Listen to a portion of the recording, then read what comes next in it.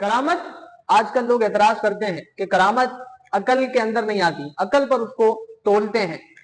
کرامت کے حوالے سے یہ باتیں کرتے ہیں کہ کرامت کس طرح جو ہے وہ ایک اللہ کے ولی سے ظاہر ہو سکتی ہے، کیسے اللہ کا ولی مردوں کو زندہ کر سکتا ہے، کیسے وہ مشکلات کو ٹال سکتا ہے، یہ سارے کام تو رب تعالیٰ ہی کر سکتا ہے۔ تو پیارے اور محترم اسلامی بھائیوں، کرامت کہتے ہیں اللہ تبارک و تعالیٰ کے ولی، اللہ تبارک و تعالیٰ کے جو نیک بندے ہیں، اولیاء ہیں، ان سے کوئی خلاف عادت کام ظاہر ہو جائے تو اس کو کرامت کہتے ہیں۔ کرامت کے حوالے سے یہ بات بھی یاد رکھیے کہ کرامت رب تعالیٰ کے عطا کرنے سے ہی ولی ظاہر کر سکتا ہے۔ رب تعالیٰ کا جو بھی فعل ہے، مدد کرنا، مردوں کو زندہ کرنا، یہ اس کا ذاتی ہے، اور اللہ کے جو ولی ہیں، اولیاء ہیں، ان کا یہ فعل عطائی ہے، رب کے دیے سے ہے۔ اگر رب تعالیٰ نہ چاہے تو کوئی پتہ نہیں ہلا سکتا، کوئی ذرہ نہیں ہلا سکتا، اور رب تعالیٰ جسے چاہے یہ طاقت عنایت فرما دے کہ وہ مردوں کو بھی زندہ کر دے۔ تو اس میں کسی قسم کا انکار نہیں ہونا چاہیے۔ کرامت کا ثبوت قرآن و حدیث سے ہے۔ کرامت کو حق جاننا یہ ضرورت مذہب اہل سنت میں سے ہے۔ جی، ضرورت مذہب اہل سنت کیا ہے؟ ضرورت مذہب اہل سنت کہتے ہیں وہ چیزیں جن کا اہل سنت سے ہونا ہر خاص و عام کو معلوم ہو، جیسا کہ کرامت۔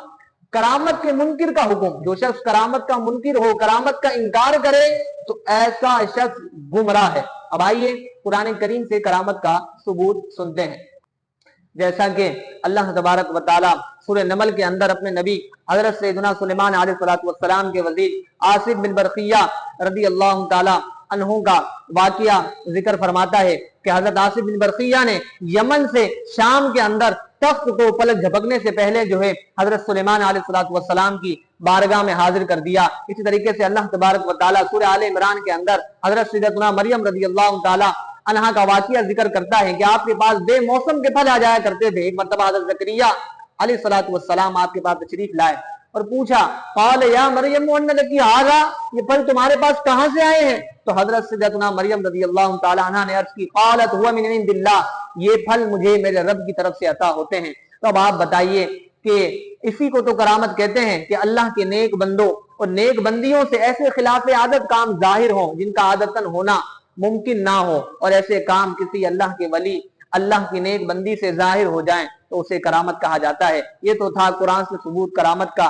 اسی طریقے سے حدیث سے بھی اس کا ثبوت ہے۔ مسلمانوں کے دوسرے خلیفہ حضرت سیدنا عمر فاروق اعظم رضی اللہ تعالیٰ عنہ کے دور میں ایک غلط کانسیپٹ اور ایک غلط رواج تھا کہ وہ دریا دجلہ کے جاری ہونے کے لیے ایک خوبصورت لڑکی کو تیار کر کر اس کے اندر ڈالتے تھے، اور کہتے تھے جب تک ایک خوبصورت کنواری لڑکی کو نہ ڈالا جائے تو یہ دریا جاری نہیں ہوتا۔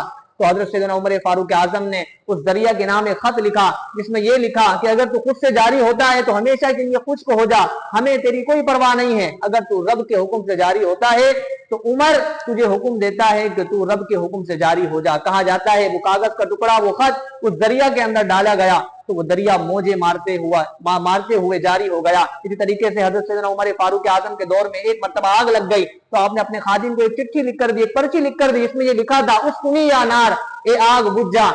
اب آپ بتائیے کہ کاغذ کا ٹکڑا آگ کے اندر ڈالا جائے تو آگ بجھتی ہے یا پھر وہ کاغذ کا ٹکڑا جل جائے گا؟ ظاہر سی بات ہے کہ کاغذ کا ٹکڑا ہی جلے گا، لیکن قربان جائیے عمر فاروق اعظم کی یہ کرامت تھی کہ وہ کاغذ کا ٹکڑا نہیں جلا بلکہ وہ آگ بجھ گئی۔ ایک مرتبہ آپ کے دور خلافت کے اندر زلزلہ آیا تو آپ نے اپنا عصا اٹھا کر زمین پر مارا اور کہا، اے زمین کیا تجھ پر عمر انصاف نہیں کرتا؟ کیا عمر تجھ پر عدل نہیں کرتا؟ تو کہا جاتا ہے وہ زمین ساکن ہو گئی۔ تو اس طرح کرامت کا ثبوت حدیثوں سے بھی ہوتا ہے۔ اب آپ بتائیے غوث پاک کا دیوانہ توبہ کیے بغیر دنیا سے چلا جائے اور غوث پاک رحمت اللہ تعالی علیہ اللہ تعالیٰ کی عطا سے، اللہ کے حکم سے اسے زندہ کر دیں اور پھر وہ توبہ کر کر جو ہے پھر دنیا سے چلا جائے، تو اس میں کون سی ایسی بات ہے، کون سی ایسی عجب بات ہے کہ جس کا انکار کیا جائے؟ کہ غوث پاک رحمت اللہ تعالی علیہ کی کرامت ہے۔ غوث پاک رحمت اللہ تعالی علیہ مشکلوں کے وقت، مصیبت کے وقت اپنے مریدوں کی حاجت روائی فرمائیں، مشکلات کو ٹال دیں، تو یہ بھی غوث پاک رحمت اللہ تعالی علیہ کی کرامت ہے۔